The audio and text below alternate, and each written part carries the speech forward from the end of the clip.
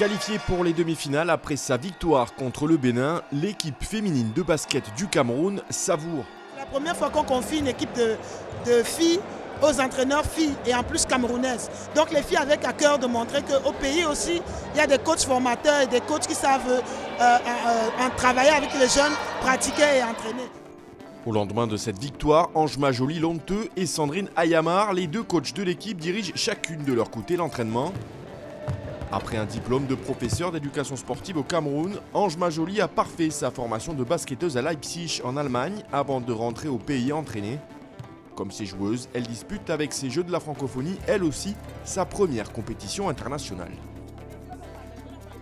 Ça montre que la femme est de plus en plus valorisée dans le domaine du sport en Afrique et plus particulièrement au Cameroun. Donc nous pensons qu'avec cette donne-là, les autres pays vont aussi copier et mettre aussi les femmes au devant de la scène en ce qui concerne le sport africain. Dès que tu reçois le ballon, c'est question de compétence, puisque les femmes sont aussi compétentes, mais elles sont réduites du fait qu'elles sont des femmes.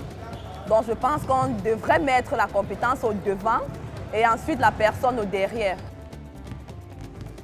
Josiane Chemeleux, MVP du championnat élite camerounais, vient elle de disputer l'Africa Basket. Capitaine de l'équipe, elle est la seule joueuse à avoir déjà disputé une compétition internationale.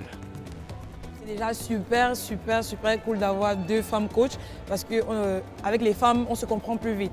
Et elles aussi, elles comprennent les joueuses plus vite par rapport aux coachs hommes. Et c'est un privilège pour nous d'avoir deux femmes coachs et qui sont aussi des grandes expérimentées. Donc elles nous transmettent un peu de leur expérience. Et ça passe vite en fait. De femme à femme, ça passe vite.